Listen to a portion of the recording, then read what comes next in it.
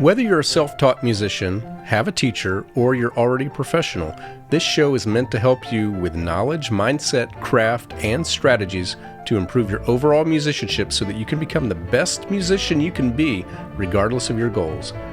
Welcome to Musicianship Mastery.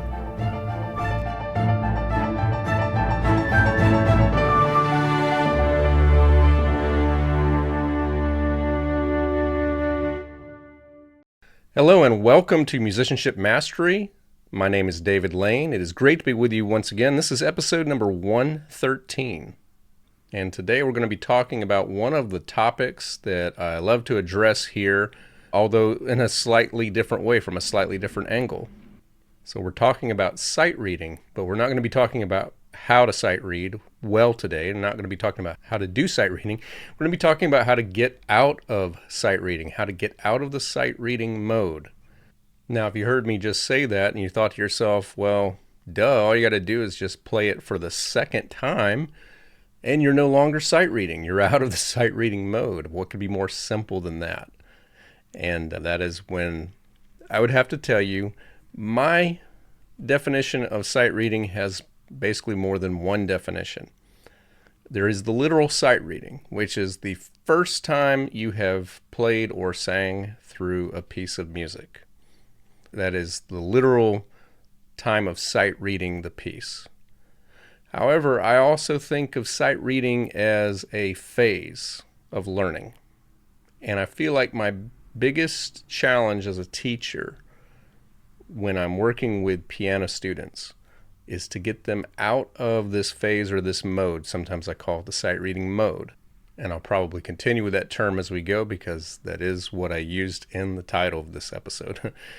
So let's talk about what the sight reading mode is. So yes, it includes the very first time that you play through a piece or sing through a piece. However, depending on how you approach your practice, it could be the third, fourth, or fifth time you've played through a piece, or it could be the 100th or 200th time you played through a piece. The problem with the sight reading mode is that it sticks around and it doesn't go away on its own. You have to take steps to get out of that mode. So what is the sight reading mode? It's when you are playing a piece of music or working on a piece of music and you feel like you have to keep your eyes on the sheet music for the vast majority of the time to know what to play next.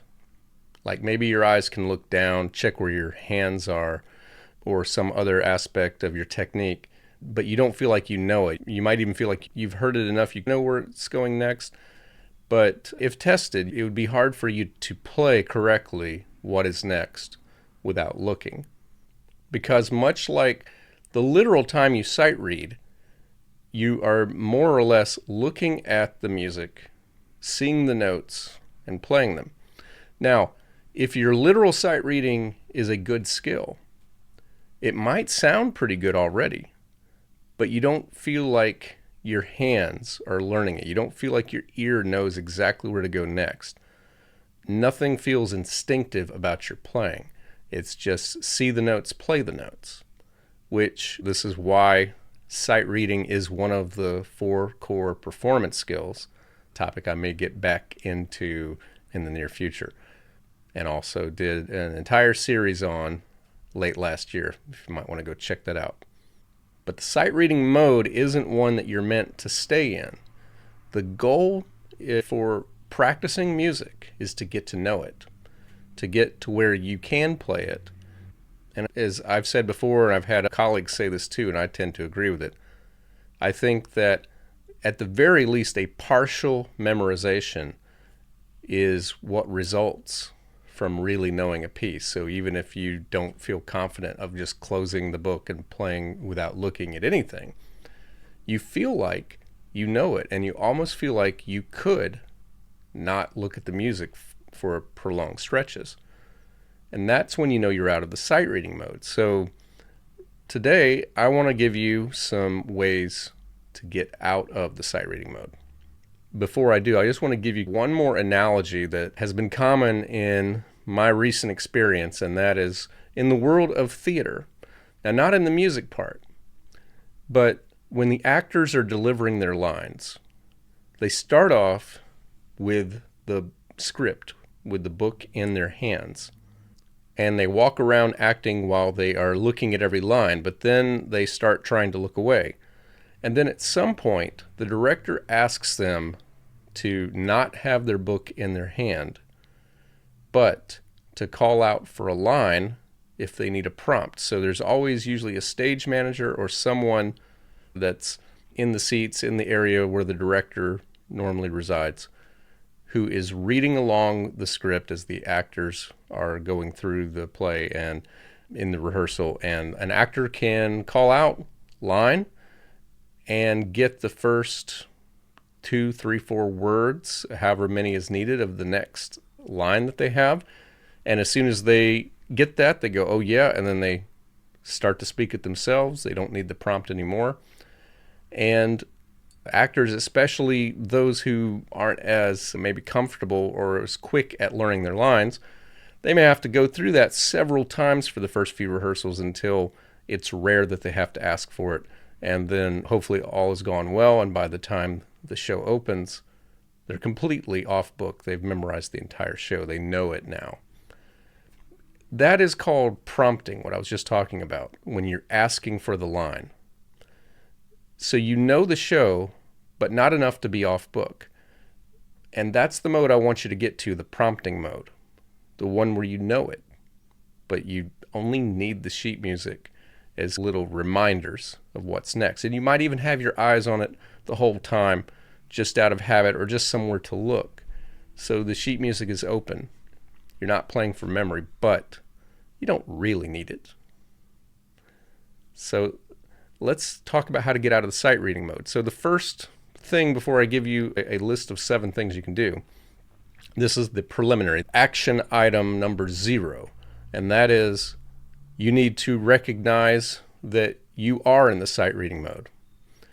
As the great philosopher Lucy Van Pelt once said in A Charlie Brown Christmas, the mere fact that you realize that you have a problem means that you're not too far gone. And I might be paraphrasing that. The point is, you have to recognize, are you currently in the sight reading mode or have you moved on? How much of the music can you play without actually looking? How much do you just seem to know that's going to be next? Do you feel like your eyes have to stay glued, that you have to watch every note, every chord, or even every other note, every other chord? If it's 50% or more, then you definitely have not passed that threshold yet. You are in sight reading mode. So if you are, now we're going to talk about 7 things in no particular order that you can do to get out of sight reading mode. So let's start with the first one. And that is working on familiarity in both big and small sections. I should probably have said that backwards, in small and big sections. So you start off with a very small section. It might be you're going to work on 2 measures over and over. And if it's a difficult piece, maybe that's 1 measure.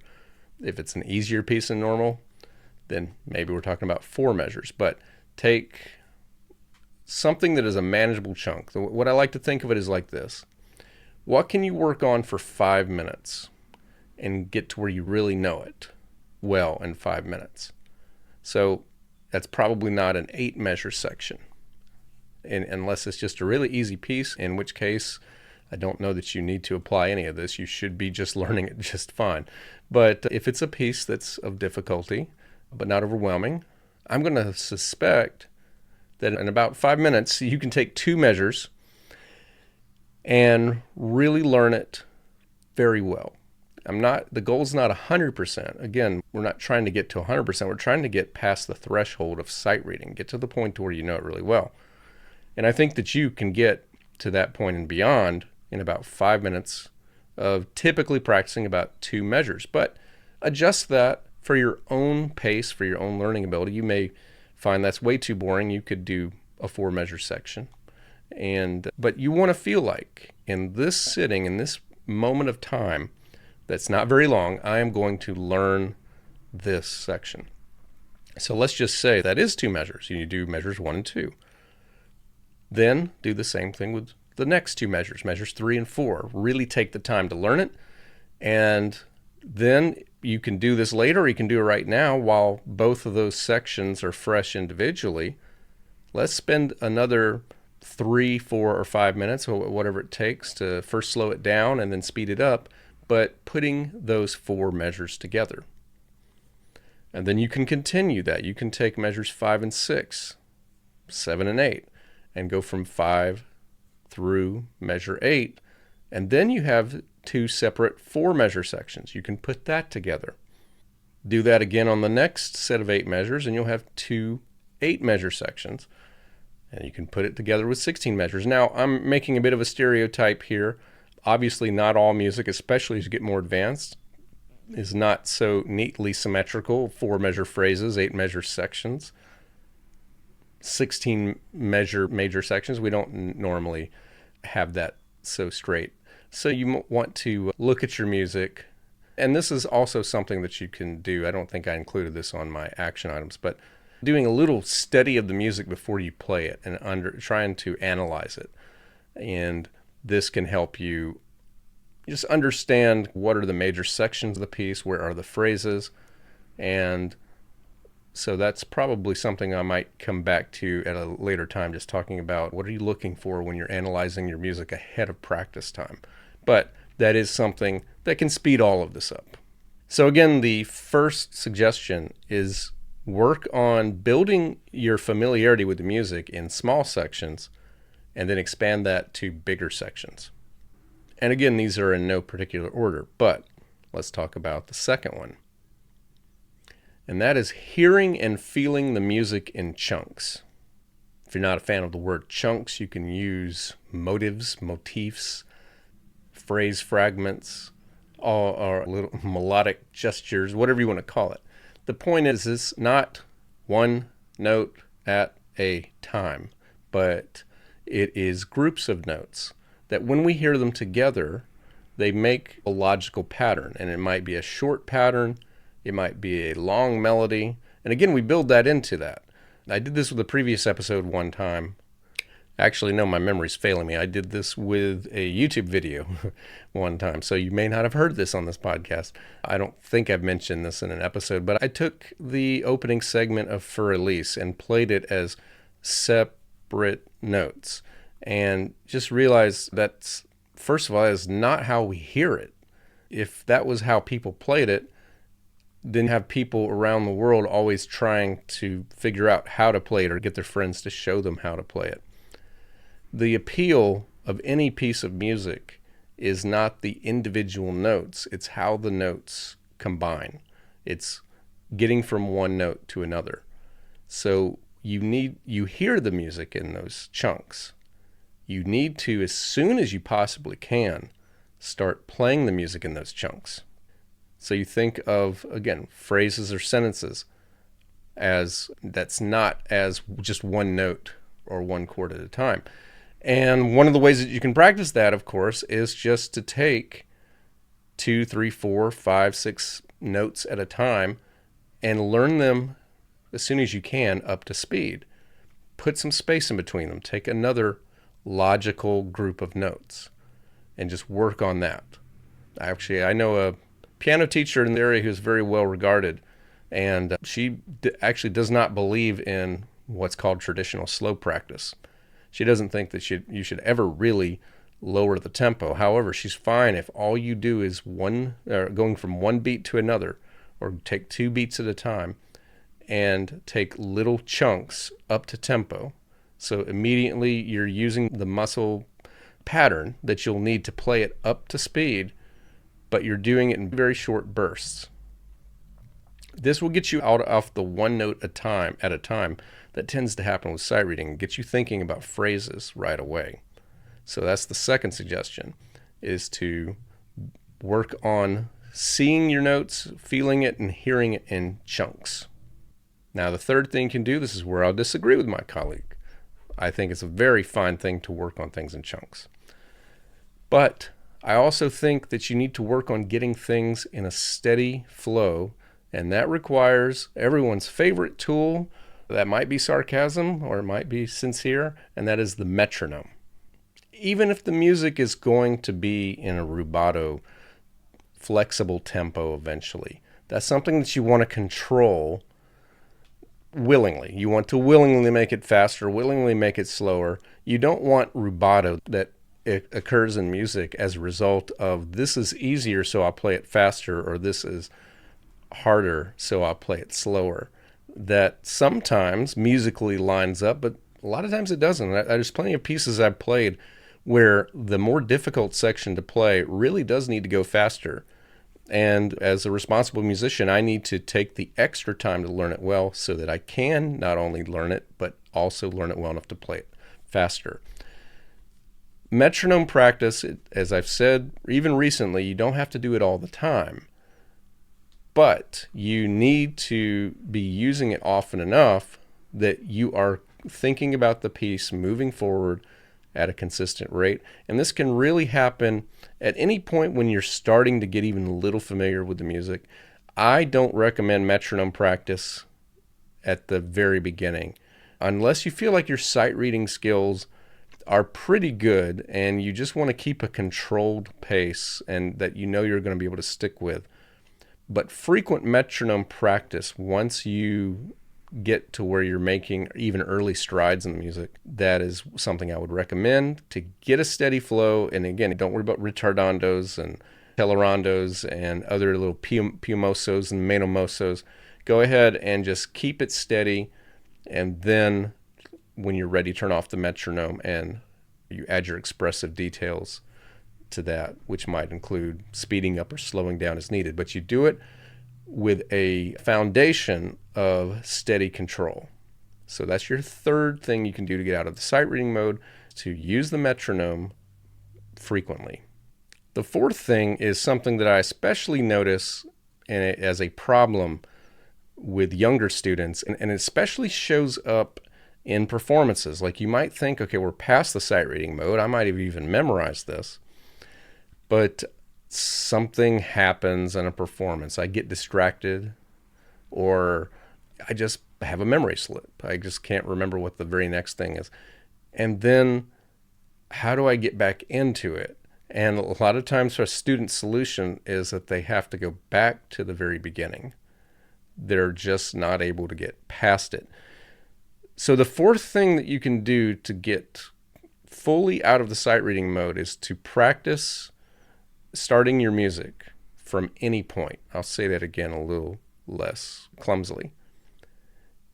Get better at being able to start your music from any point. And by any point, I might mean start on measure 9. But I might also mean start on measure 8, beat 4. Start on the and of measure 8, beat 3. You want to just be able to cleanly, decisively start anywhere. You don't need what comes before it. You don't need to get into the music. The skill every professional musician learns to manage. Every good amateur musician needs to manage. So the easiest way to do this is we'll just stick with 8 measures as a section right now. You can do this with 2 or 4, as I said earlier, but I think in this instance, we're talking about this is a little later on. Hopefully, you're getting the music in chunks. You're getting to where you've actually put the sections together, and you can do fine starting from the beginning. So at this point, here's what I would suggest. Take an 8-measure section at a time and start on measure 8 and just play that. Play it a few times. And then back up. Now, you could back up to measure 7. That might be fine. Just measure 7, beat 1, and play through measure 8. And then back up to measure 6 and go through measure 8. Back up to measure 5 and go through measure 8. And keep doing that until you've gotten all the way back to measure 1. Now, if you have a lot of 16ths and 8th notes or other fast rhythms in there, you can also practice going to like the middle of the measure. Like go back to measure 7, beat 2, but where the first 16th note begins. If you have pickups in phrases, make sure that you practice starting on the pickups in phrases. And just do this throughout. Practice random points. You could even close your eyes and you won't see this unless you're in a video, but just move your finger around and then randomly point to a page or a spot on the page. You open your eyes, you look at it, and then you quickly play that spot. Get to where it doesn't matter where you are in the music. You can start anywhere, any beat, any measure. So you practice that way, and you're no longer at the mercy of having to start at the very beginning every time. So my fifth suggestion, and this, again, is not in any particular order, so I'm not to say that you need to do the first 4 things first. It's just as it came to mind. But to get out of the sight reading mode and into more of a prompting mode, you may need to look at your tempo, especially if it's a fast piece, and really try to, as soon as you can, get to at least half of your goal tempo. So if you're supposed to play it at 140, make sure that you can play it well at 70. And I think a lot of students will find that doesn't sound very difficult, but actually it can be. Because a lot of times, again, it's hard to keep it going, so you end up playing the harder sections, the harder beats, slower. And so getting it even at all can be a challenge. And then bringing it up to half tempo can take a little while. I often share that when I first decided to learn the Maple Leaf Rag of Scott Joplin, which is one of the first pieces I ever tried to learn without a teacher, I had some trouble getting the hands together rhythmically and to keep it moving smoothly. So I chose a tempo that was not based on hearing the quarter note. It was not based on hearing the eighth note, but it was actually based on the 16th note, and it was a pretty slow beat. It was something like a 16th equals 60. And my goal tempo was to get to a quarter equals 108. So I wanted to get to where like the eighth note equals 108, but here I am starting on an eighth note equals 30. So just to get to half tempo, I had to nearly quadruple where I was starting from. And it didn't take me long to do that. So I was able to get there, but I wanted to make sure that I was able to play it absolutely under control, very evenly, and to ease that tempo up. And then once I did, so the only way you can do that is to play it 2 or 3 dozen times while you're increasing the tempo and getting used to each one. And by the time you do that, you get to where you know it really well. Now, if your final tempo is, your goal tempo is not super difficult at fast, then maybe that goal should be, let's go ahead and get to 3/4 of that tempo. So you don't have to get all the way there to start to get out of the sight reading mode, but you want to feel like you're on your way there. All right, the sixth thing, this is something I don't think I'll ever talk about anything without including this. It's that important. So if I keep this podcast going through episode 200 or episode 300, by the time I get to episode 300, I'm sure you will have heard this in probably at least 75 episodes, if not more. I think it's that important, so I don't mind repeating myself. You need to fully engage your senses of sight, sound, and touch. You need to ask yourself, what does this look like when I'm playing it? What does it sound like when I'm playing it? And what does it feel like when I'm playing it? This is how you get to know the music. It's not through seeing the notes on the page and just letting your body react to what you're seeing, which again, if you're good at sight reading, that's what the process is going to be. But it's about being able to get your body to engage with the music in the ways that it can. You can't smell it, you can't taste it. So those senses are good for other things. They're not good for learning music. You have to see it, you have to hear it, you have to touch it, you have to feel it. So constantly, persistently be asking yourself these questions, even one at a time. In fact, engage them one at a time.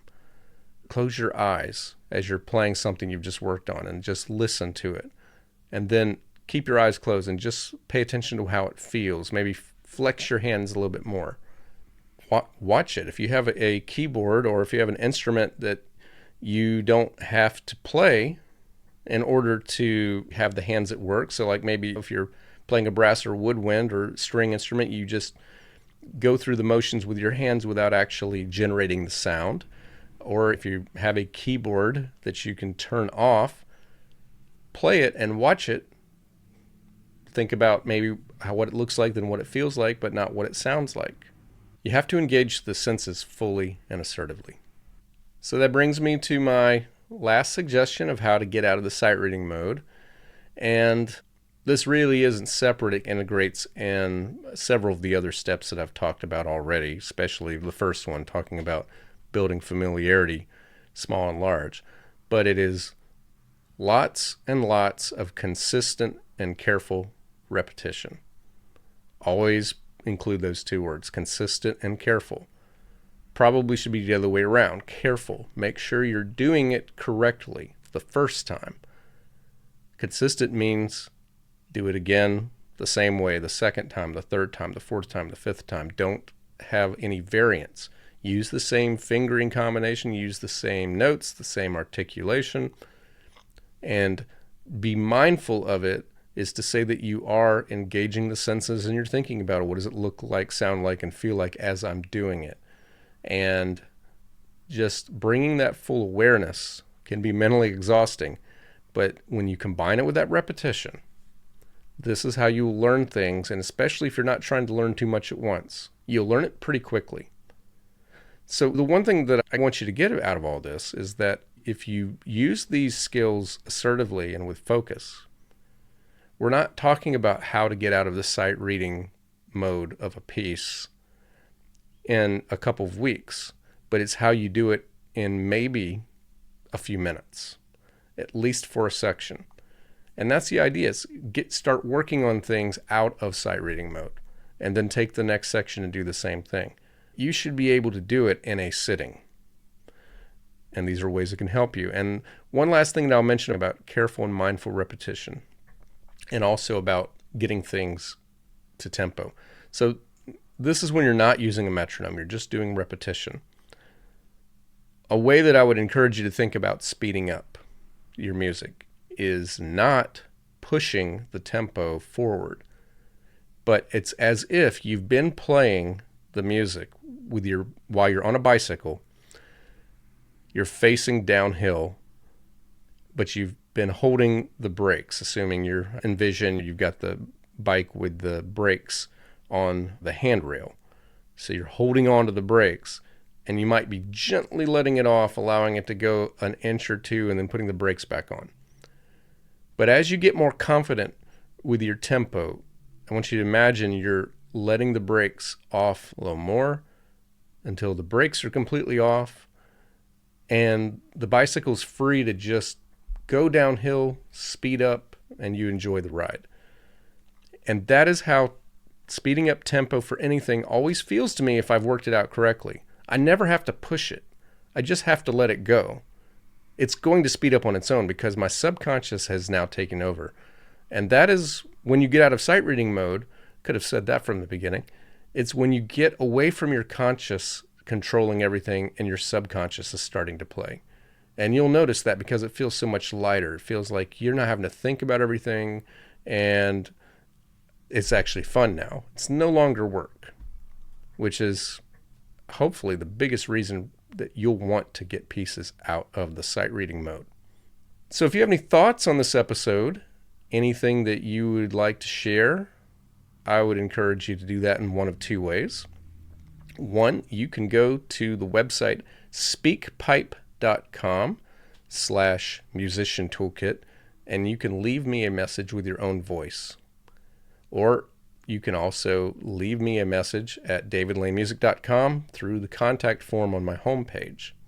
And I look forward to hearing from you or reading from you, whichever way you prefer. So that is going to wrap up today's episode. I want to thank you so much for listening, whether this was your first time or whether this is your 113th time checking out this podcast. I know we have listeners of all types, and I just want to say welcome or welcome back. If you are catching this on YouTube, if you would please subscribe to this channel and click the thumbs up on this video. And no matter how you're getting this podcast, I would really appreciate it if you would share it with your friends, just to let them know about it. Word of mouth is the best way for podcasts to be discovered, and would love for more and more listeners who want to get a better handle on their musicianship or are interested in the topic, would love for them to discover this show. And again, please feel free to share me your thoughts and also any topics that you think that I should cover in the future. I'm always open to suggestions. Again, that's going to wrap up today's episode. Thank you so much for listening, and I'll be back with you again next week.